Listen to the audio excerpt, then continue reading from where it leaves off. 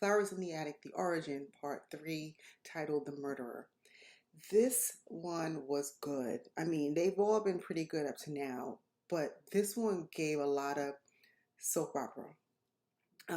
Even if you don't follow the books and the stories, you would have been caught up in this. You would have been invested. You would have been worried about what's going to happen next. You would have been drawn into each of the characters and feeling sympathy for them. It was really, really good.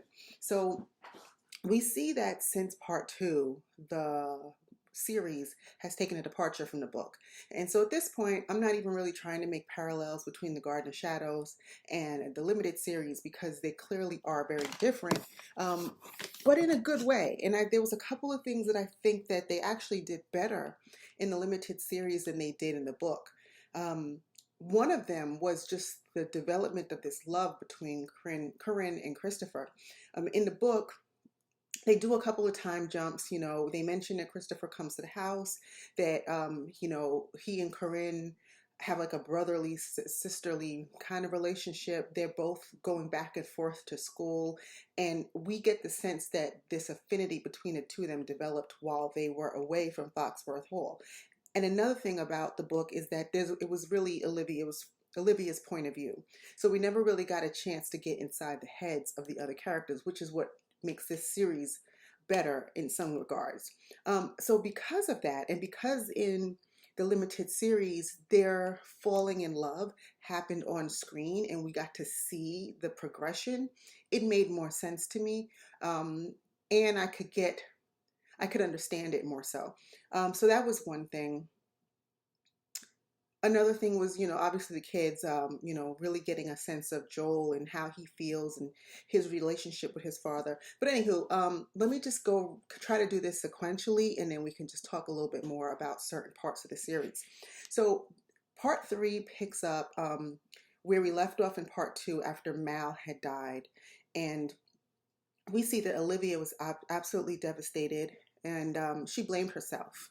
She felt like, her interaction with the poison garden and all this other stuff ultimately led to Mal's death. And she, of course, Malcolm has made her feel bad about it because every time something goes wrong, Malcolm blames Olivia, and we see that play out in this part as well. And at this point, she's a broken woman, and she feels like it's her fault. So she kind of resigns all of her power, her decision making, and everything, and hands and concedes to Malcolm. And we'll see how there were pivotal points in this part where the old Olivia would have stopped Malcolm. She would have put her foot down. She would have intervened. But because she's so broken, she doesn't. And that kind of allows some of these horrible things to happen. But anywho, so we see that she is distressed. Everybody's upset. Corinne is in her room and she's distraught. We see that Joel has gone to the arms of Harry, the young man that he was having some kind of exchange with in the last part, and we now see that it's moved on, and they are now both accepting of what it is, and there's some intimacy involved. And so now we see that he is leaning on Harry for support. And Alicia comes back, right? Again, this is a little bit different in the book because in the book she sent them letters and told them that she was dying, but in this case she actually shows up at Foxworth Hall. She lets them know that she is gone through her money. She lost most of her money in the crash of 29, and that Christopher is in medical school and she has no money to continue his education, and she is dying of cancer. Olivia is still in this kind of catatonic state where she just doesn't really have an opinion and just kind of concedes to whatever Malcolm says. Malcolm is he's not very receptive to it.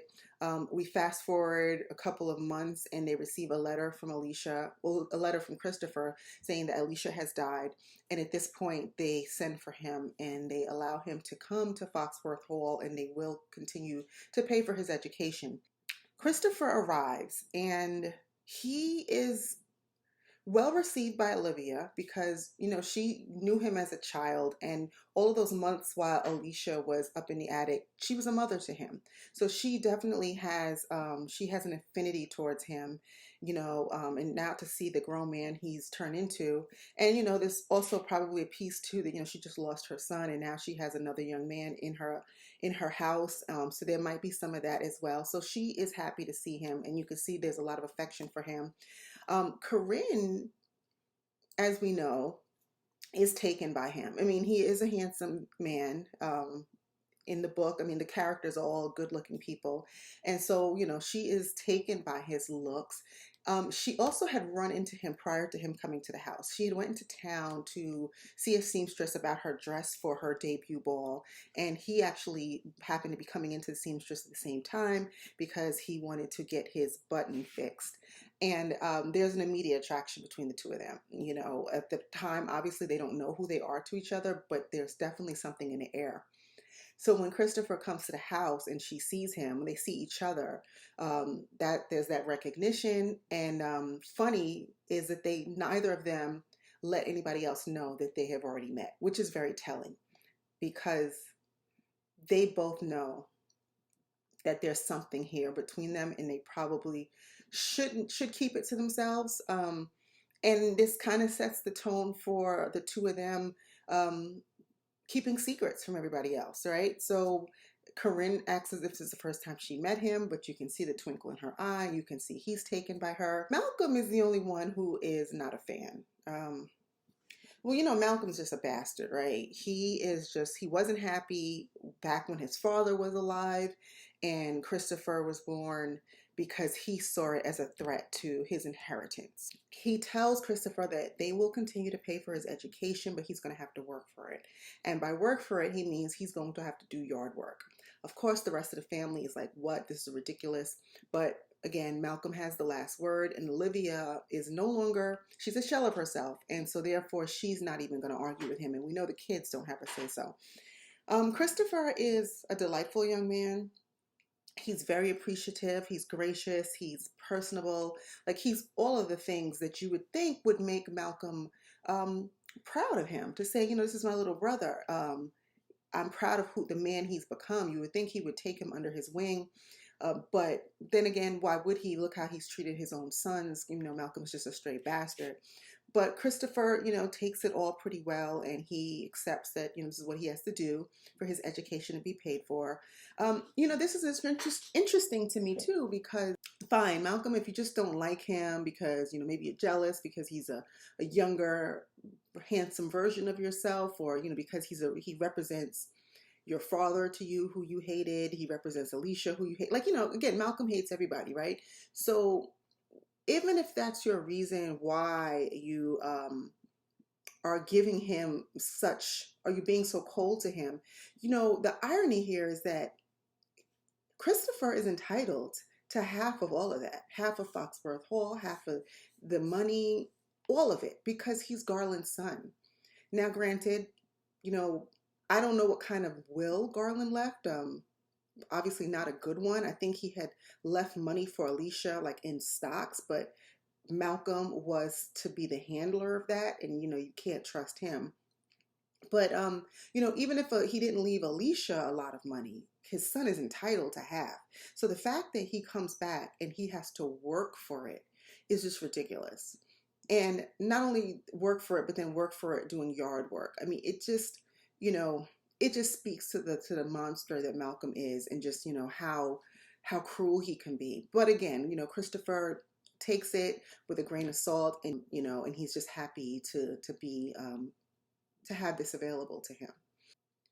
So let's talk a little bit about Joel. You know, he is obviously distraught. He's still in mourning that his big brother is dead, and he is in a secret relationship with Harry. Apparently, he and Harry have this method of communication in which Joel will play the piano. He will open the window. When Harry hears the music, that's the signal for him to come to Joel. And Harry will climb through the window and they'll spend time together.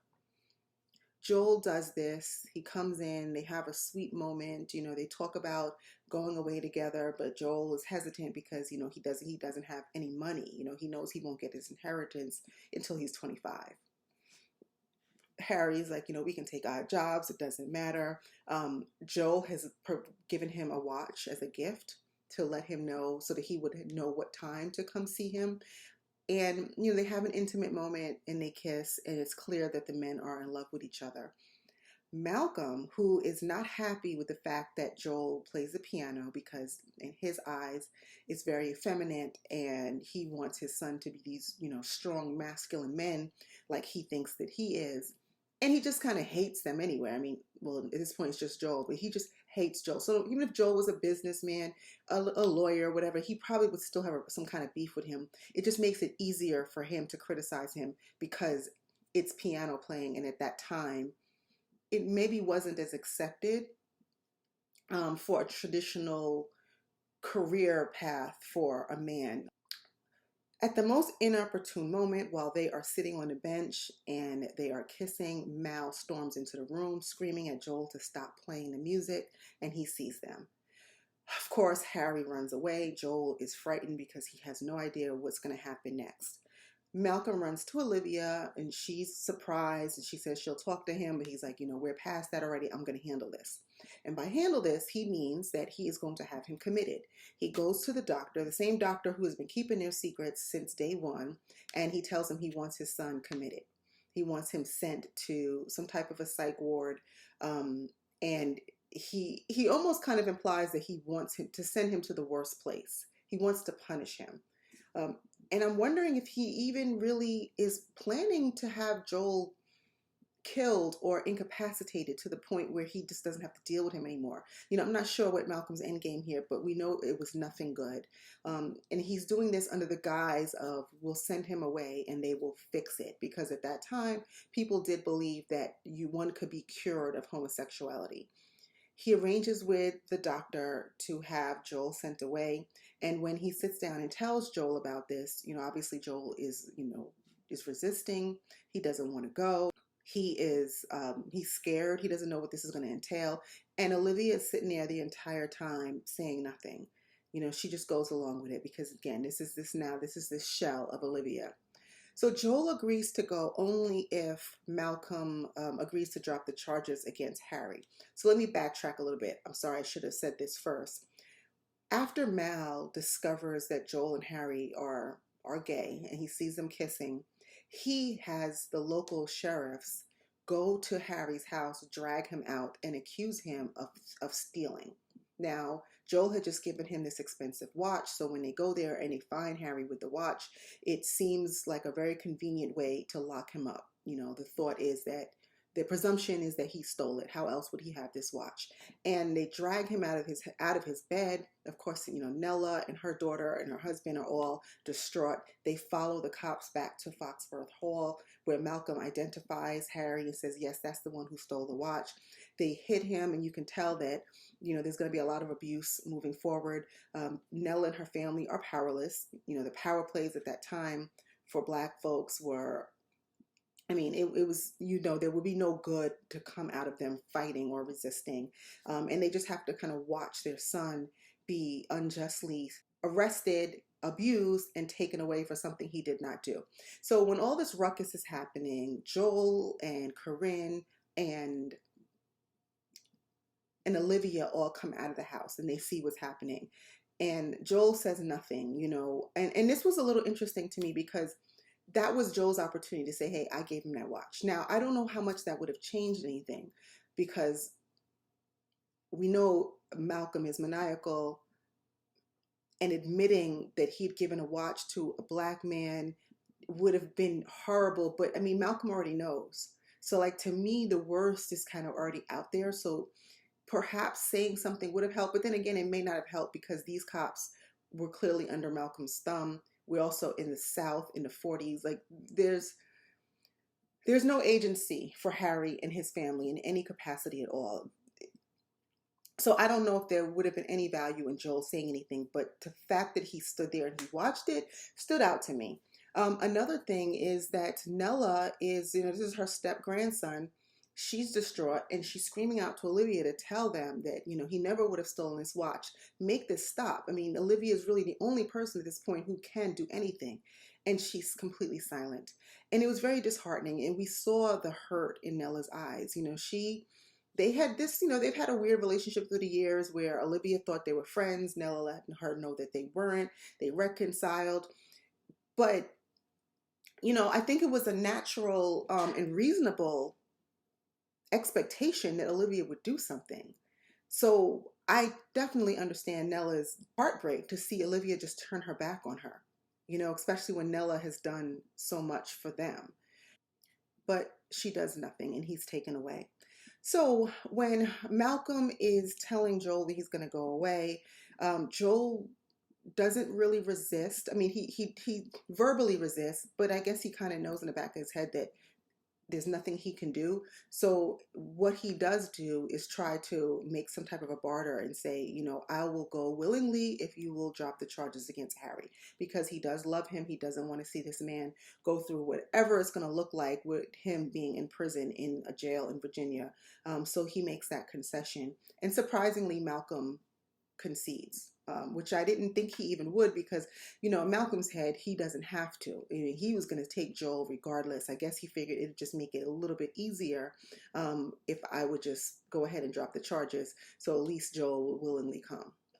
So later on, we see a scene where Joel is packing his bags, in preparation to go to this sanatorium. And he has a conversation with his mother, like, why didn't you do anything? Why would you allow this to happen? And again, she has this kind of reoccurring script where she just says, like, your father knows best. And he's so disappointed in her because she has been his advocate all this time. She's been the only one to block him from all of the abuse of his father.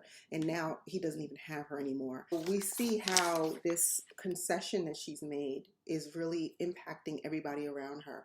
And all of the people who were her allies and people she's loved and people who loved her are all hurting at Malcolm's hands, and Olivia is doing nothing to change it.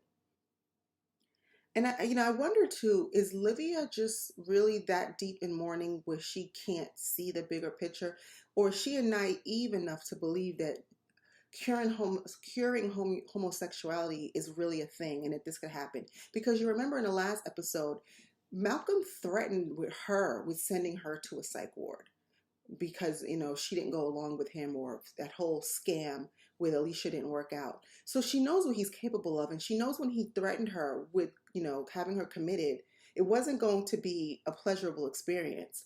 So if that this is something he's already considered, possibly already laid the groundwork for, and you know how he feels about Joel, why would she think that Joel would be safe there?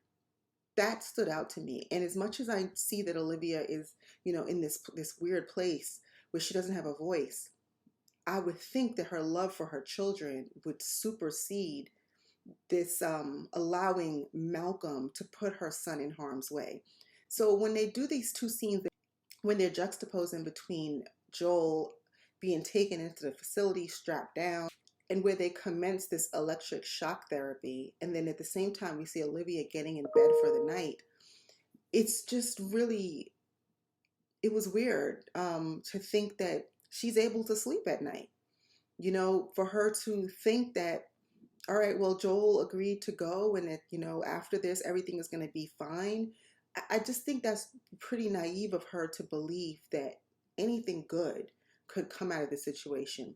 And just knowing the man that her husband is. So before Joel goes, he realizes his mother's going to do nothing. He gives her a letter and asks her to give the letter to Harry, which she does. She goes to Harry's house and you see that he's all beaten up. His eye is swollen shut. He's clearly been abused by the cops. And Olivia sees this. You kind of see the shock in her face, but she says absolutely nothing and she gives the letter to Harry. The next day, Corinne is asking about her brother because clearly they told her nothing. They lie to her and say that that he's in Montreal. He got a telegram for an opportunity to go and study music with somebody. Corinne is not buying it because, she and her brother are close. She knows that her brother would have said something to her before he left. So she's suspicious. She then goes through Joel's room looking for something, and she finds a bunch of love letters between he and Harry. So then she goes to Harry and she tells him, I guess basically letting him know that she knows. She's like, I saw the letters. I didn't read them once I realized what they were, but something's going on here. They say he's gone to Montreal. It doesn't sound right. Do you know anything? So he has the letter. He gives the letter to her, and that's when she realizes what happened. She talks to Christopher. Now, Christopher is in medical school, so he has some knowledge about all these facilities in the area, and he lets her know that this place, I think it's called Westmoreland, is, so kind of, it's like a chop shop of psych wards where they are experimenting on people. It's not safe. Nothing good can come out of him being there. So Corinne and Christopher go to Olivia and they let her know that they know, and they tell her about Westmoreland's reputation and how bad it could be. And they tell her she has to go and get him, which she does. When she gets there, she sees that Joel has been through a lot physically. He looks like a shell of himself. God knows how many series of these electric shocks he's been through. I mean, he's clearly in bad shape, and that's when the light bulb goes off. Like, look what happened to my son. And she realizes that she spent all this time in the first half of this series trying to protect Corinne, and because of protecting Corinne, Mal was hurt, and then because she's in mourning because of Mal, now Joel is hurt, and she's realizing that she's got to pull herself together and she's got to protect her children. So she pulls him out. They try to stop her, but she bribes them. She takes him to Nella's house because she can't take him back to Foxworth Hall. It feels like the audacity of her to go to Nella after she said nothing when Nella's grandson was abducted by the cops. She has turned her back on her in a lot of ways. And now you come here and you want us to take care of your son when I asked you for help for my grandson and you turned your back on me. But Olivia has nowhere else to go. And she knows that, Harry loves Joel. He'll be close by so she can visit him. And, at the core, Nella's a good woman. She's not going to hurt Joel. She's going to do her best to take care of him until they kind of figure out what's their next move. So they take him in, and he's not well. We see scenes where he's having seizures, all of the effects of what he's been through. And Corinne tells her, Mom, we need to get him into a hospital, or we at least need to bring him home and have a doctor see after him. Like, this is just not good. But, Olivia knows that Malcolm, we don't even know what he's capable of if we bring him back into the house. Over time, Joel starts to recover, and he realizes that he's just got to leave. There's just no upside to this. If he goes home, his father will send him back, and he just has to go. So he decides that he's going to leave, realizing that he will never get his inheritance. He will be disinherited, but you know what? It's much better than the circumstances now, and he just wants to be happy.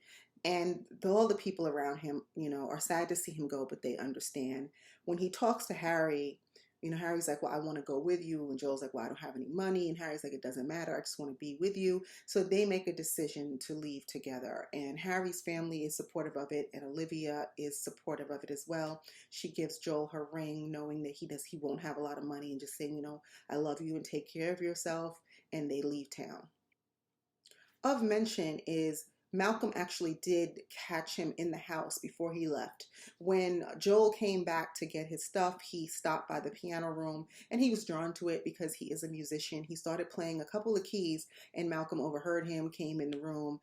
They had a little bit of a tussle. Olivia broke it up, and Malcolm told him that he's disinherited. And that he no longer has a son, which it sounds like what Malcolm probably wanted the outcome to be, because if you send him to this place, he was never going to be well again. So it almost sounds like this is probably the cleanest way for Malcolm to get rid of him, realizing what his son is. Sidebar, we realize that Mrs. Steiner, who used to be the housekeeper who was fired by Olivia, now works for Dr. Curtis. So when Malcolm was going to see Dr. Curtis to have him send Joel away, she was there. Malcolm didn't see her, But she was like, oh, well, something here, something's fishy is going on here. She starts looking through the records later, and that's when she realizes all the documentation that speaks to Joel being a homosexual. So she calls herself blackmailing them. She goes to the house and she tells Olivia, I know about your son and I will tell everybody unless you give me $3,000. So $3,000 at first, I'm like, that's not a lot of money. Obviously he's a multimillionaire, but did a little research, and $3,000 then, which I'm imagining is probably like the 40s, is equivalent to about $63,000 today, which still is not a lot of money for people with the Foxworths wealth. Olivia goes to Malcolm and she tells him about Mrs. Steiner. And again, Malcolm blames this on her. And this scene was really powerful, in which he just starts outlining all of the horrible things that have happened in this family since they've been married. He pins it all on Olivia. You are a curse on this family. You meddle and our son dies. You meddle and our other son becomes an invert. You meddle and Corrine gets pregnant. Alicia falls down the stairs. I get poisoned, and now that godforsaken housekeeper has come back to blackmail me. Why? Because everything that you touch, it turns to ash.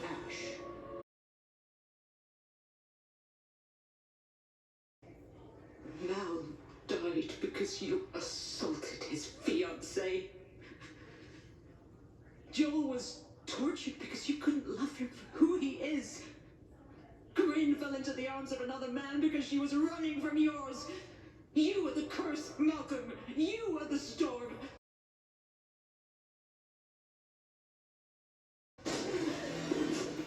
And this was a moment where Olivia, truly found her voice. You could tell that she is fed up.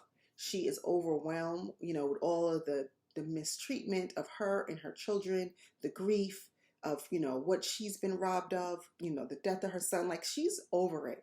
And she tells him about himself. She tells him Mal died because you tried to seduce his wife.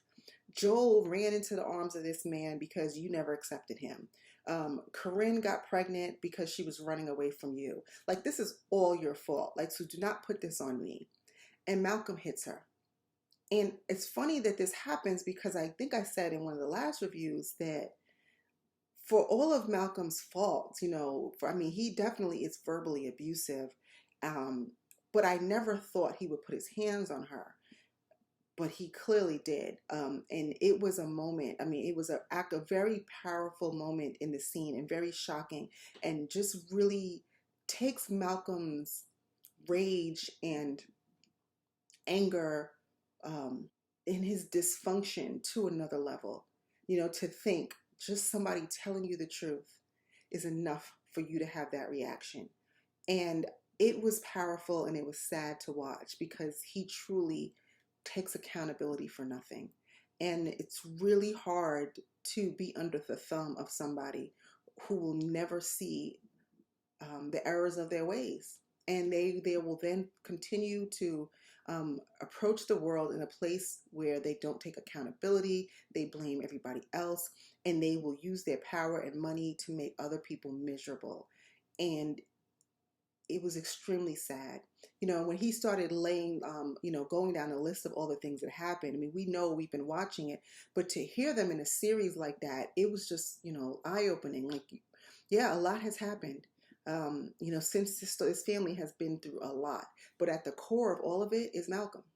And the irony is he has, Olivia has become his punching bag, and it's easy for him to sleep at night because he, and somehow in his twisted head, has put all of that on her. So back to Corrine and Christopher, because they are kind of the core of this part. We see that they have been flirting with each other. We saw the way that they met. There was an attraction there. Then they've been spending time together. Christopher he's a really good guy. It's understandable that she would like him, not in that way, but it's understandable that she would be attracted to the person that he is. And, they've had a couple of moments together, the whole situation with Joel where, they came together to try to save her brother. And she's we see the kind of slow evolution of this relationship between the two of them. We're essentially watching them fall in love in real time. I think also another piece of this is the fact that Corinne has been isolated. After the whole situation with her abortion, I'm imagining Malcolm had taken her out of her boarding school and she's been home. So she's kind of isolated from her friends. Christopher is there. They're close in age. Her older brother is dead. Joel was going, even before he was sent away, he was going through all of his stuff. So, I mean, she really had nobody. And Christopher he represented a lot of things for her. Obviously, she believes that that's her half uncle, but bigger than that was just the connection that the two of them made. So we see a scene in which Corinne goes out while it's raining. Her horse gets spooked and she gets thrown from the horse. Once Malcolm realizes that she is out in the rain, he sends out a search party, and Christopher is the one who actually finds her. She's hurt her leg. He brings her to a chapel that is nearby, and we see the connection between the two of them. But he knows it's not right, and he is trying to resist. And at one moment, their rooms are actually right across from each other. She does make an advance at him, and he reminds her that you are my niece and this cannot happen. And he essentially closes the door in her face. So, Corinne feels rejected, and this is when she starts to show some signs of manipulation. And again, I'm not really sure if this is where we're seeing the beginning of the Corinne that we get to see in Foxworth Hall, who is manipulative and selfish, or if she was in fact doing this to try to avert her attention from her uncle. She calls up Rockford, who is the young man that she ended up getting pregnant from. She asks him to attend her debut ball and to share her first dance, which is a very big, important moment. While they're eating breakfast, she mentions that she'd asked him. She brings him up. She kind of brags on him about his family and, how much money they have and that he's in business school. And, her father obviously doesn't like the idea because he doesn't want anybody with her. Her mother, Olivia, is taken aback because she knows that this is the man who got her pregnant. Christopher feels some kind of way because it's clear that she's over here bragging about the next guy and he has feelings for her. So this is where I wasn't sure if she was doing this solely to make Christopher jealous, or because she realized that he had rejected her and she needs to move on and she needed something to distract herself. I'm not wholly clear on that, because even later, it sounds like, she had went so far as to talk to Rockford about the two of them becoming engaged, and even, urging him to go and talk to her father the night of the debut ball and ask for her hand in marriage. So I'm wondering, if you have all these feelings for Christopher, why are you going so far with Rockford? Even if you want to use him to make Christopher jealous, but to take it to the next step and talk about an engagement is a little extreme. So I don't know if her intention truly was ever to go that route, or if this was just all part of a grand scheme, thinking that the more serious she makes it sound, the more Chris will let his guard down and he will receive her advances.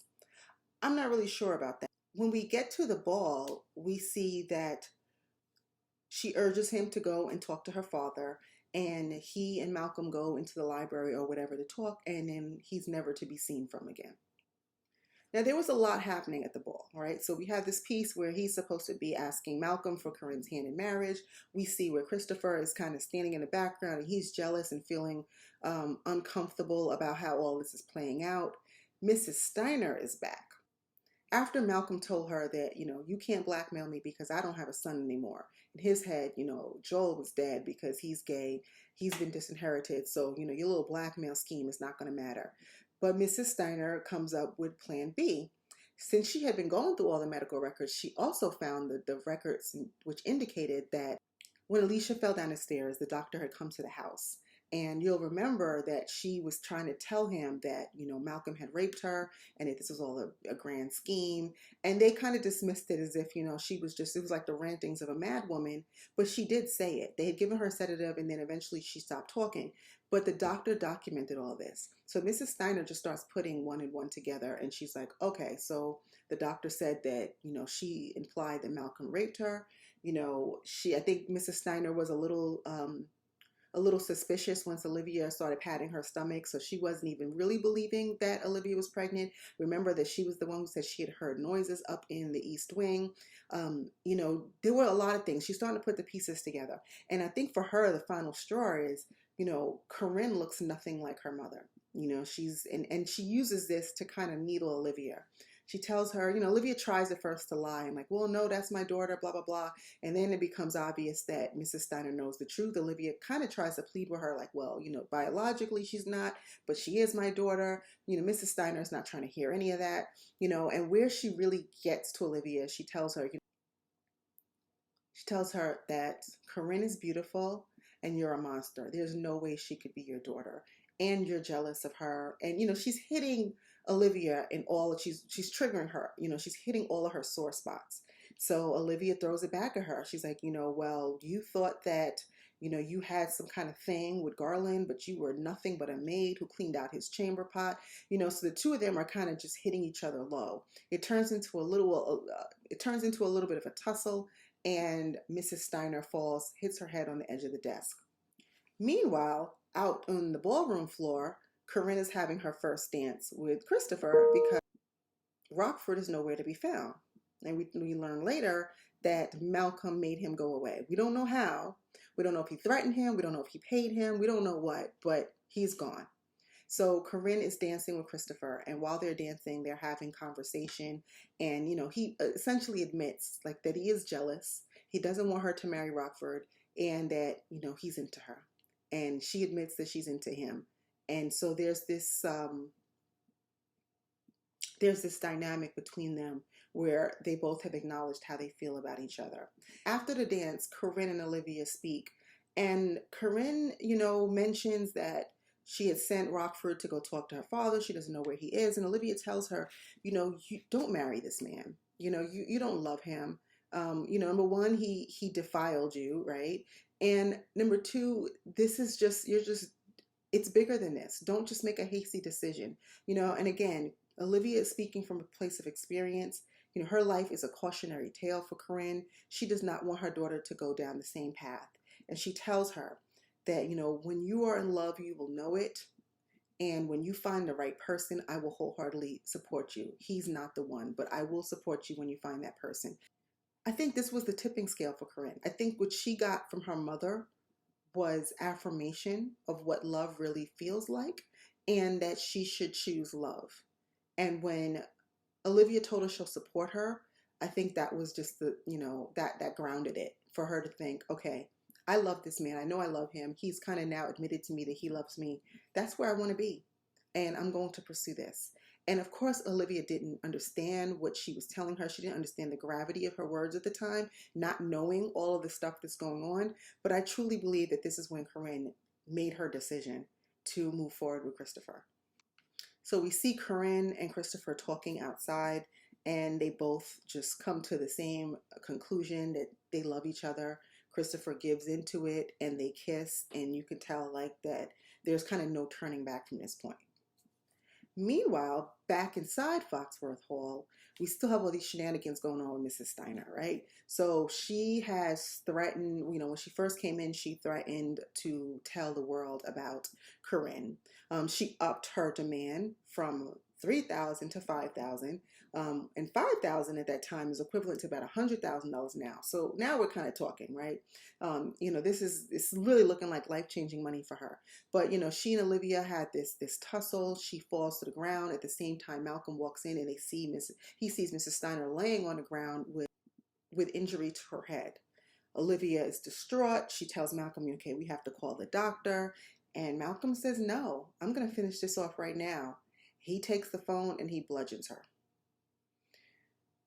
I have to say, this is the first time I did not feel sorry for somebody who was a victim of Malcolm. I did not now I'm not saying Mrs. Steiner deserved death, okay? But of course, she was not a likable character. We did not like her from day one. She was mean to Olivia from the start for no reason. She was keeping Olivia's mail from her. She was starting trouble. She was gossiping. Even now, years later, we're thinking what? So she left before Corinne was even born. So, it's almost 20 years later. and you're still harboring all these ill feelings to the point that you would sneak into the doctor's office and get the documents and blackmail and threaten to, I mean, she's done some real horrible things. And I'm not saying that death is an appropriate punishment, but I didn't feel bad for her, you know?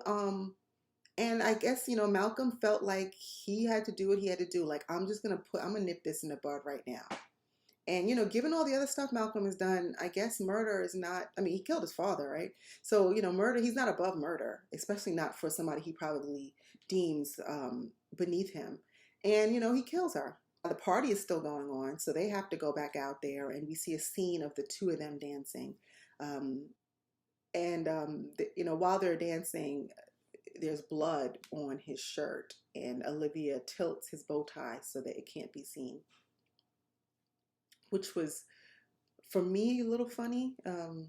Just the irony of the fact that this is one of the highest class families in this town, in this area of Virginia. They have this grand ball for their daughter. Everything around them is so ostentatious and beautiful and grand.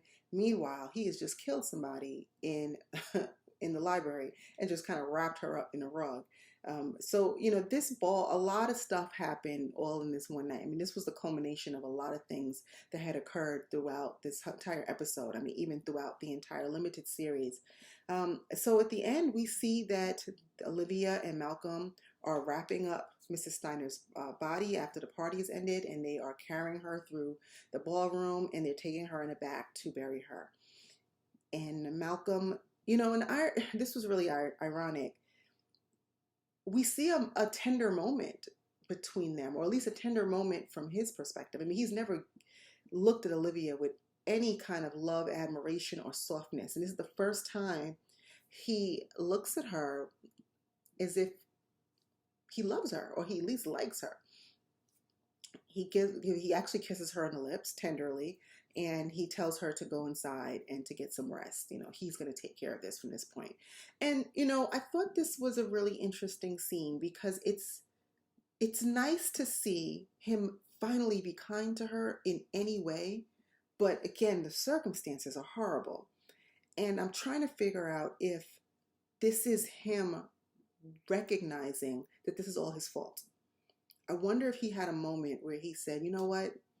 We're out here burying her body because of me. I raped my stepmother and I forced this whole farce to be, and this is all on me. And Olivia is just here helping me. And maybe he had a moment where he realized that this was all his doing, and maybe that's where the softness came from. I'm not sure. But again, when we see the next episode, we see there's some distress between the two of them. So, I mean, this is short-lived, obviously. But, I mean, for a moment, it was nice to see him be kind to her. So at the very end, Olivia is going back upstairs. She hears voices, and she discovers Christopher and Corinne in the swan room having sex. She peeks through the peephole, and she watches them. And obviously, everything is about to fall apart. Nobody ever would have imagined that this is what would have occurred between these two. I mean, they're brother and sister, right? They have the same mother. And while they don't know that, they do know that they're related in some way. But, this is some serious shit. And Olivia realizes that, just when we thought we cleaned up one mess, that we are really here at the beginning of a huge, disastrous thing. And this is going to set the tone for everything that's going to occur in Flowers in the Attic and all the other books. But this is the moment when Olivia realized what is actually happening under her roof. So that was the entire episode. Really good. I think this was probably the best one so far of the 3 parts. Tragic and entertaining,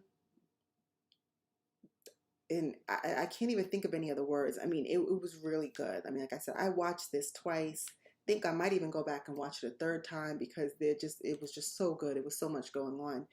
But anywho, looking forward to next week's episode, which will be the fourth and final part of this limited series, in which we'll see what happens when Corinne and Christopher's relationship is out in the open. We'll see John Amos, because that's her cousin, who does play a significant role in the book. And I think what they'll probably end this is with Corinne coming back with Kathy, Christopher, Carrie, and Corey, which will spark the Flowers in the Attic book. So looking forward to it, looking forward to hearing what you guys thought about this episode, and what do you predict for next week? What other ways do you think that this is going to diverge from the book? And I mean, I'm kind of sad to see that it's almost over. I was waiting for a really long time for them to do this story, because Garden of Shadows is probably my favorite book in all of the V.C. Andrews series. So I have to say they're doing a really good job with it, and I'm enjoying every moment of it. And I'm just sad to see that it's almost over. But let me know what you guys think, and like this and share it and subscribe and all that good stuff. And I'll talk to you next week.